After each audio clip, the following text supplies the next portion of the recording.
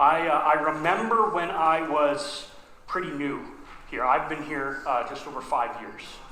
I know, the time flies, right? But I remember we came in August of 2018, and I remember in October of 2018, it was the first time I met Tim Paquette. Many of you know Tim. Tim's the director at Sunnybray Camp, just kind of north of here. Excellent partner with our church in so many ways. And the first time I actually met Tim Paquette, he was, in October, hauling my cold, wet body out of Shuswap Lake. In October. So just backing up a little bit. I was relatively new here, right? And I was, I'm kind of leading this staff team, and apparently staff retreats are something that we would usually do in the fall. So I'm like, okay, that sounds good. So they're like, what should we do? Where should we go? They're asking me, right? I've been here like 5 minutes, 2 months, but I'm like, I don't know, everything's awesome. Like, what do we do? There were some different suggestions thrown around, right? This was my first, it was my first autumn in the Okanagan. Now, not in my defense, but just for context, okay, I moved here from southern Ontario, where generally speaking, the climate is much more humid, and which makes summers really gross, but also it means that the seasons tend to hang on longer than they should, right? So winter keeps dragging, and like, when is spring gonna get here? You're still getting snow in like April, and it's kind of rainy in May, and then maybe by June, right? But on the flip side, October is usually nice, right? It is generally, every once in a while, but generally speaking, it's nice in October. It doesn't start getting cold, November, maybe December. Not uncommon for us not to see snow until the middle of January in southern Ontario. I didn't know what I didn't know. It's October in the Okanagan, where seasons behave like they're supposed to. But there were some suggestions tossed around, various ideas, and it may technically have been another staff member's suggestion to go kayaking. I don't remember, but I was certainly the one that pulled the trigger on it. I'm like, that sounds great. I love paddling. There's lots of lakes around here. That sounds like an easy thing to organize. It's like, oh yeah, we could go up to Sunnybray. They would let us use kayaks. The Shuswap's great. Let's do it. Now, I need to point out, our staff team was a little different than it was then than it was now, and so we had children's ministry director was Bev Crozier, and for the record, Bev was not in favor of this option. She had several other suggestions. The one that sticks out to me is she suggested we just take a day and bake pies together instead, right? Why do we got to go out and do stuff like that? God love her. But no, this will be fun. So we contacted the camp. Can we come and kayak on the lake with your equipment? And they were very gracious, because they are, right? They had put their boats away for the winter, but hey, the camp exists to serve the local churches, so they would certainly let us into the boathouse if we wanted to. They did repeatedly warn us that the lake was cold. Are you sure you want to go paddling in October? They asked. Bev was like, no, we want to bake. I'm like, this will be great. Yes, we would love to. Thank you so much for letting us do that, right? So again, at this point, I've been in my position for 2 months. This is only my second time on the Sunnybray property. I was out for one afternoon with Pastor Evan earlier. I was overwhelmed. I didn't really know what was going on. This is my second time there, and I'm at the boathouse, and it's great. I'm excited, right? Bev was not. Bev was very apprehensive about kayaking. And so I made a suggestion, right? Because I can see, it's like, I'm getting to know her a little bit. It's like, I don't think this is something she needs to push through. She's not having fun here. So I'm like, I have a suggestion, right? Why don't we take a canoe, Bev, you and I? Danny and Evan can go on the kayaks, but if you're nervous on a kayak, we'll take a canoe.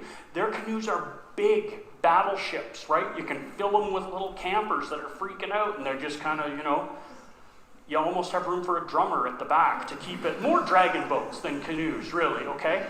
I'm like, this will be fine. She's like, no, you don't understand. I don't have a dislike for kayaks, and I like canoes. I don't like any of them. These tippy, paddle-it-yourself boats. We could be baking pies. I'm like, listen, the canoe will be fine. It won't be tippy, right? I have a lot of experience in canoes. I'll do most of the paddling. You can just, but what if it's tippy? I'm like, it won't. And I told her, because it was true. I said, Bev, I have never unintentionally flipped a canoe, ever. I've been canoeing and I have, right, when you're goofing around, hey, but I'm like, I'm fine. I am quite confident, right? Let's do this. It'll be fun. Then I met Tim.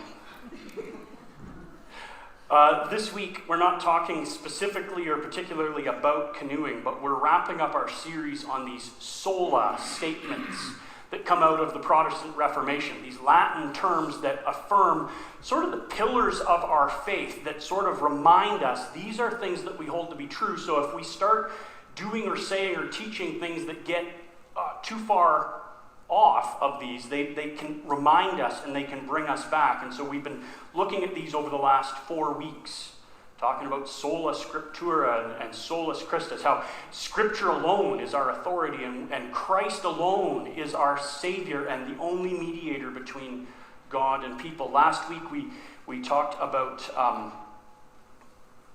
sola fide, by faith alone. We're saved by faith, not by works. And we're going to wrap up this week by talking about sola gratia, or by grace alone. And this statement, this affirmation, sola gratia, at the time, right, back in 1500s during the Protestant Reformation, when there's a lot of debate and discussion and honestly like argument and it got pretty heated about what should we actually believe as Christians, what should the church be teaching. This statement kind of asserted that contrary to what the medieval church was teaching at the time, we as people, we don't help in our salvation. It's not like God helps and we help and, you lift your end and I'll lift my end. It's not like a tandem canoe. Maybe God does most of the paddling, but we kind of help. It's not like that. Religious observances, going to Mass, doing penance, all of these things, contrary to what the church was teaching at the time, it's like, no, the Bible says those things actually don't amount to anything. We don't bring a contribution to it. We can't gain or earn merit on our own. We are saved strictly by grace. We're going to look at a number of passages today, but one that sort of sums this up, and I think I actually have the full text of it printed in your notes at the top, Romans 3:23-24, Paul writes, "For all have sinned and fall short of the glory of God, and are justified by his grace as a gift through the redemption that is in Christ Jesus." And when I was thinking about this idea of grace, about really our helplessness to save ourselves, if God does not, in his kindness, save us, at great expense to himself, I couldn't help but think of that October when I was in the lake. And so I want to just, using that story, because I think you can picture it. I don't know if you've ever been dumped out of a canoe or kayak when you weren't really planning on it, and when the water's like cold. This isn't the coldest water I've been in, but it was not warm. They weren't lying when they said the water was cold. But I think there's a lot of parallels. So I know all analogies break down, but I think you can track with me. So the first thing I want you to realize, and that I had to realize when we're bobbing in the lake, is that the canoe was fine. This was not a faulty canoe. We had paddled almost all the way across. We were very near Canoe Beach.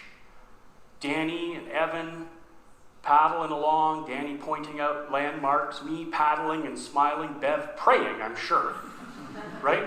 We got almost all the way across, and it's like, okay, let's turn around and head back. And you know how it is on the lake, right? The distances seem funny. You're close to the ground, and it's flat, and it's like, oh, wow, we got over it. But then when you're like moving towards something, it can take a while, right?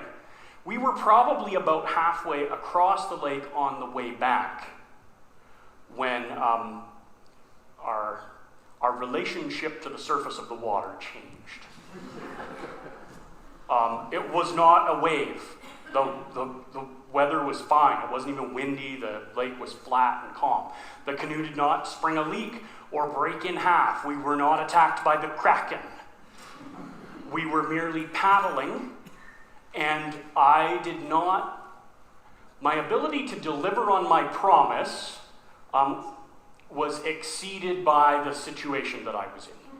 And the boat kind of did one of these. Bev, completely understandably, in panic, corrected what she saw going on.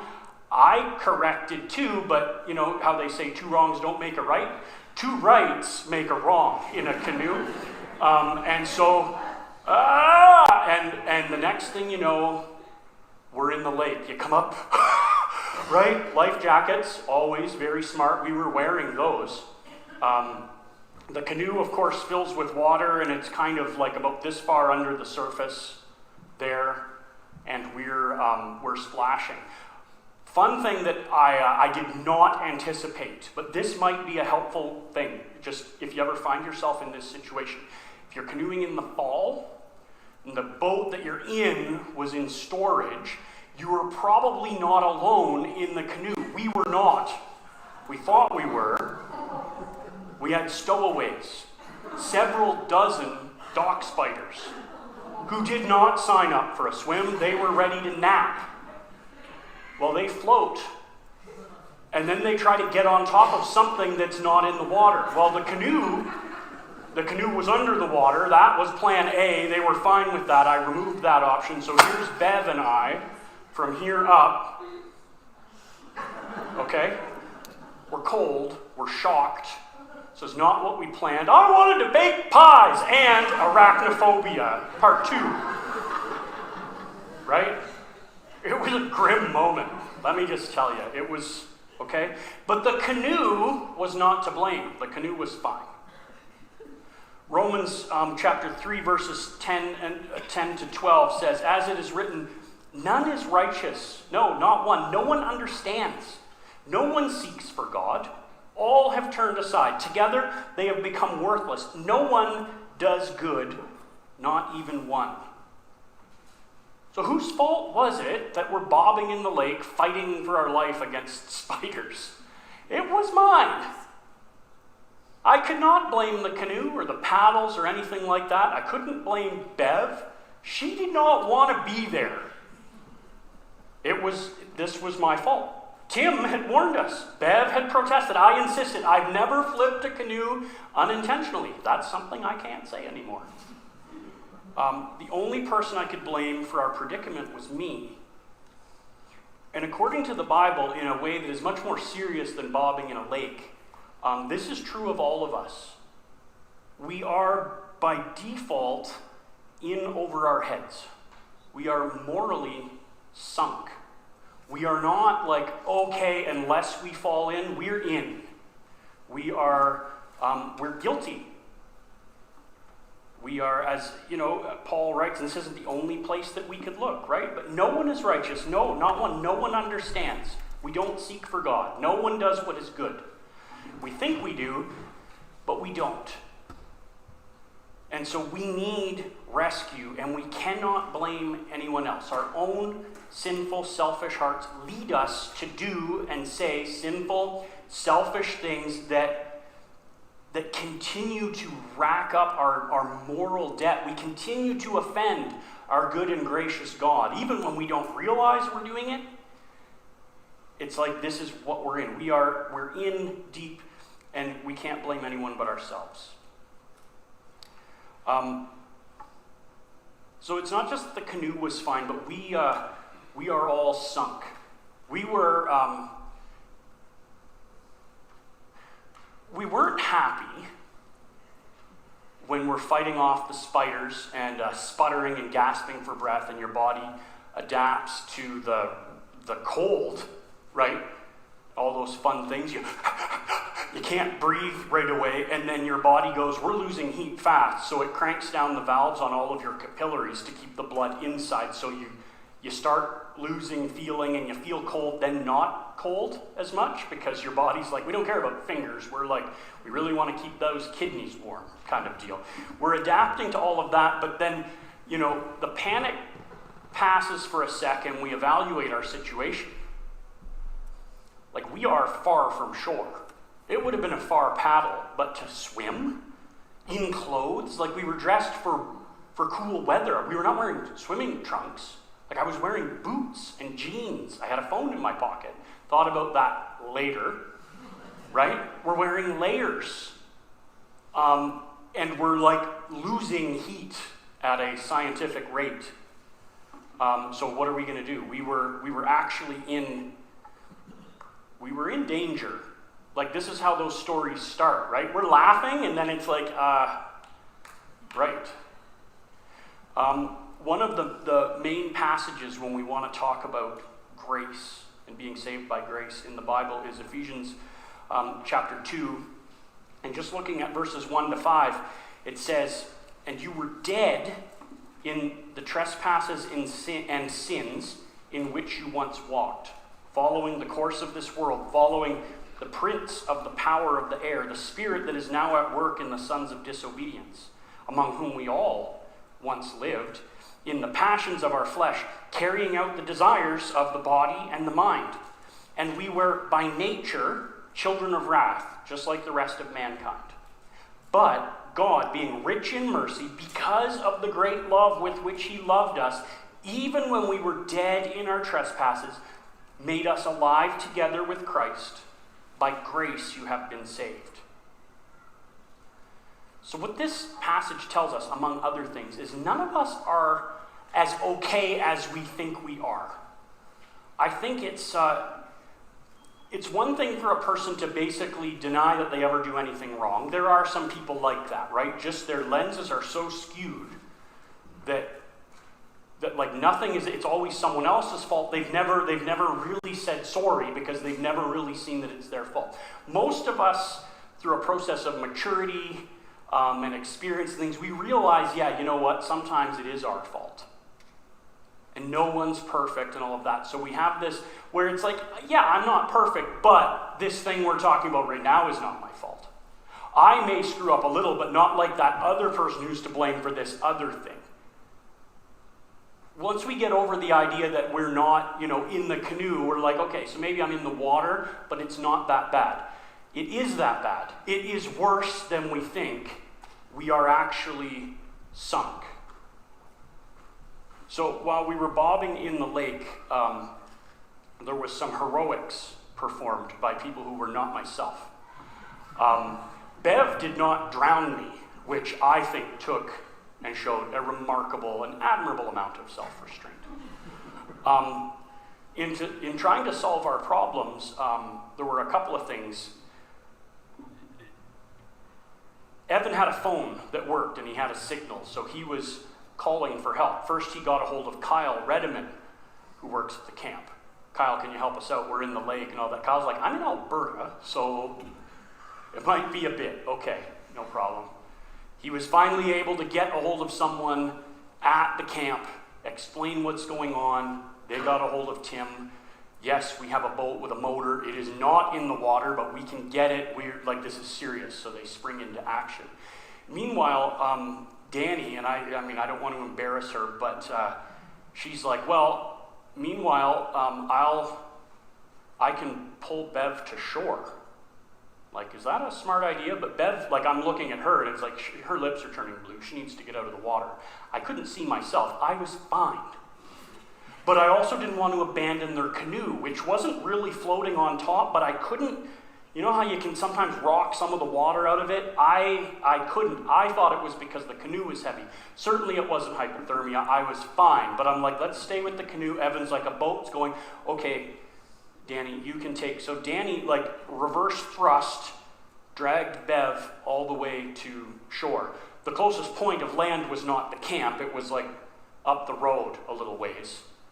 And so they dispatched someone in a car to go and meet them, and here comes the boat to get us. And when Tim arrived with the boat, I was embarrassed and I was very apologetic, right? Tim's kind of smiling. If you've met Tim, he can be an intimidating cat, right? I'm like, I am so sorry, and I've still got your canoe here. We didn't lose it, but I'm sorry that you had to come out. And he was concerned, right? He's asking how I am. How are you doing? I'm really embarrassed. I thought your canoe's here. Yeah, no, that's fine. We'll get the canoe. How are you? And he's kind of pulling up alongside. He had another young guy with him. I don't even remember who it was. I didn't know anybody at this point, right? How are you doing? I'm fine. I'm good. I'm sorry that you had to come out. So he pulls alongside, and I go over to the side of the boat, and I grab the gunnels, right? It's like I'm going to pull myself up. They're like, okay, hold on. So they see that I'm grabbing it. So this young guy was going to help me. Then he backed up to the other side, right? Because I'm going to heave myself in. So let's not flip two boats, right? And there's this pregnant pause. Well, nothing happens. And shockingly, embarrassingly to me, my muscles are like taking my command as a suggestion. I'm like, okay, kick the legs, pull up, get into the boat. Right? This is weird. It must be because I'm wearing boots or something. It's hard to kick. They let me try. And then it's like, okay, hold on, and Jude comes back over, spins me around so I'm not facing the boat, right? Which I think is a bit cruel. It's like you want to remove any sense that I can help, but it's because of the way our limbs work and where the grab handles are on the back, right? So these guys grab and haul me in like limp cargo into the boat. How humiliating, right? Guys, I'm so sorry. I don't know why I couldn't pull myself in. Normally I would have no problem with it. Yeah, here, sit up, have a blanket. How are you feeling? How cold are you feeling? I'm not bad, I say. Well, are you sure? Tim says, as I'm sitting on the bench, and then the shivering starts. Have you ever been to that whatever, I don't know where on the journey to becoming a person sickle? It happens. But the uncontrollable, you're like, just calm down. Okay, I'm just kind of, how are you doing? I'm not bad. It's like, okay. So throws a blanket around me, and he keeps chatting with me and asking me questions. So where did you guys, how far did you go out? I'm really sorry, Tim. Yeah, we made it all the way across and back. It's a nice day.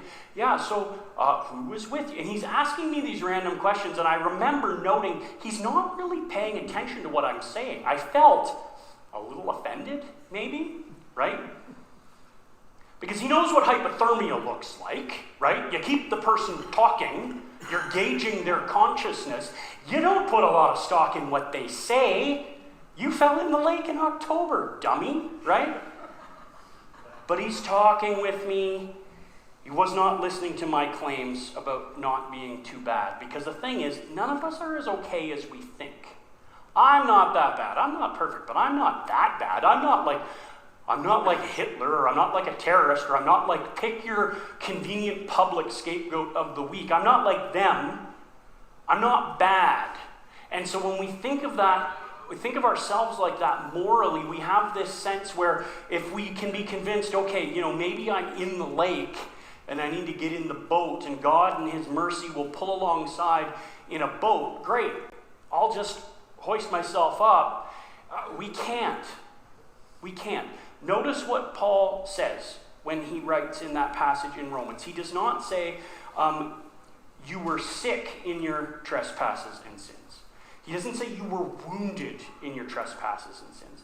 He says you were dead in your sins. Dead people can't help anything. Well, it's not true. They make decent fertilizer.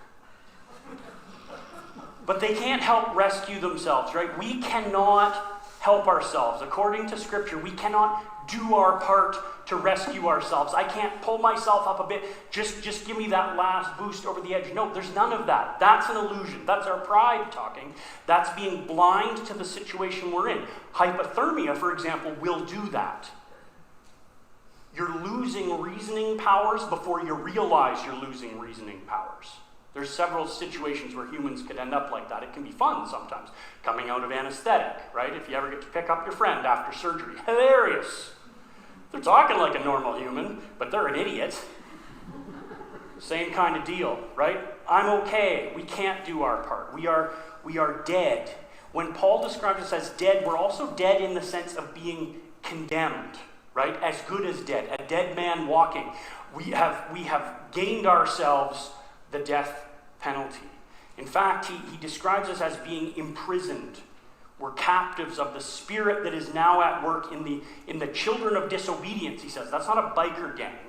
That is a first century picturesque description of us. When someone is described as the children of something or the son of something, doesn't mean my dad's name was disobedience, but the children of disobedience, to be a child of, means that you are kind of made in the image of, you walk in the way of, you are identified with, and you are growing up into something. So it's the same way that a little child identifies with their father, often looks like them. As they start to develop a personality, chip off the old block, and left to their own devices, they will become like an increasingly large and full sort of version of their parents. We are children of disobedience. We are natural-born sinners who do not grow out of disobedience. We grow into more disobedience. And he goes on to say that the things that we're doing are sins, these disobedient acts that we do that gain God's anger, they are actually what we want to do, right? He doesn't say, like we're being controlled to do what we... He goes, no, like we're carrying out the desires of the body and the mind. We're doing what we feel like. That's that part. It's like hypothermia. I'm not bad. I'm just being a person. That's the problem, right? As fallen people, we don't even feel like captives. We feel free to do what we like doing, right? It would be like Tim pulling up alongside, here, let us pull you into the boat. Bug off, I'm having a swim. No, come on, you gotta get, don't tell me what to do. I want us, right? That would be nuts. He would not leave. He would like clunk me on the head with a fish billy and pull me into the boat if he had to, right? But we're just doing what we feel like. And Paul sums up our predicament. He says the fact that when left to our own devices, we continually shake our treasonous fists in God's face. And he says that we are all, by nature, children of wrath. So he says we're following the spirit that's at work in the children of disobedience. Now he says we are children of wrath. So again, we're identified with and growing into this, but when he says wrath, he means God's wrath, his righteous, just punishment of evil. Most people, whether they're totally irreligious or not, if you ask them, are there any really evil people, they can come up with an example, and then if you say, what does that person deserve? If there was a God and they were just, what would that person deserve? And they usually have some version of, Hitler should be in hell, right? Very few people will argue against that idea. Well, Paul says that's us. We are children we are growing into just deserving that. We are highly predisposed to grow into people who deserve more and more of God's wrath. This is a bad situation that we're in. Thankfully, Paul doesn't stop there. He says, but God, being rich in mercy, because of his great love with which he loved us, even when we were dead in our trespasses, made us alive together with Christ. By grace you have been saved. So this is a humiliating story. That's actually what point 3 in your notes, because it just is, right? I don't say this in a bragging way. It's a fun story now. We can look back. No one was really hurt. I got a nice Sunny Bray hoodie out of it. The only lasting damage is I still think Bev wouldn't go canoeing with me. And Tim still feels that he can call on me to help with awkward things anytime because I owe him one, and that is true. I have helped him out with some weird aquatic rescues of drifting boats and things when I'm there because, okay. But I am not like better. I can't brag about it, right? I'm not like better or stronger or tougher or wiser than anyone else for having been hauled into a rescue boat, right? I can't be like, I'm better than other people who drowned. You know, I could be callous and be like, people drown every year, idiots. I was in the water. I didn't drown. Just be like me. What do you mean, be like you? Like get dragged into a boat? That's all I did. Help, help! And someone came and dragged me into a boat. That's, right? So for me to brag about that would be really dumb. That would make no sense. That is the situation we're in. I can't boast in this story. I'm not the hero of this story in any way. And Paul says that's what we as believers, that needs to be our position. That needs to be our understanding. We can't boast. We can't be like, well, I do this, this, and this. I'm such and such in the church. Or I give to the church, or I give to the poor, or anything. Like those don't, right? Paul says, for by grace you have been saved through faith. And this is not of your own doing. It's the gift of God, not a result of your works, so that no one may boast. That's Ephesians chapter 2, verses 8 and 9.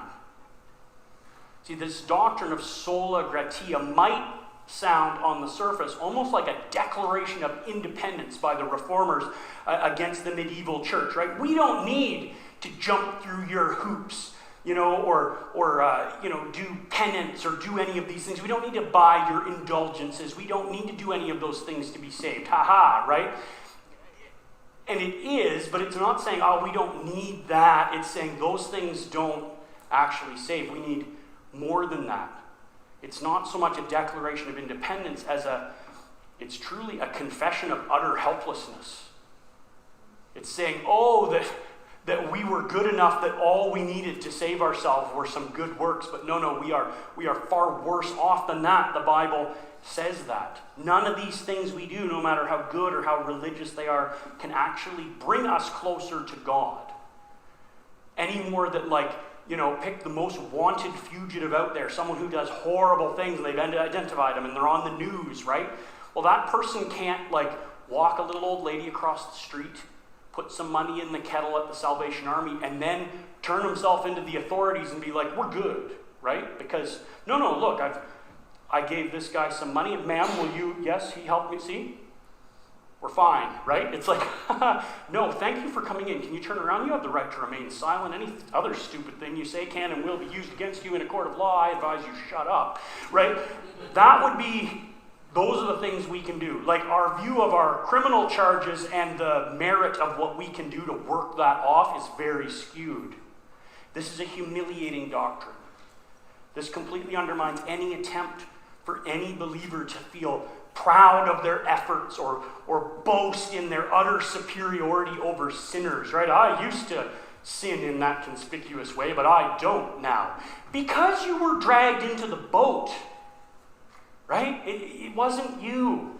We so quickly shift into this, but he says we can't boast. If I'm saved, it's only because God loved me enough to drag me out of my cold, wet grave. But this is an encouraging doctrine as well. Because once we get past our pride, right?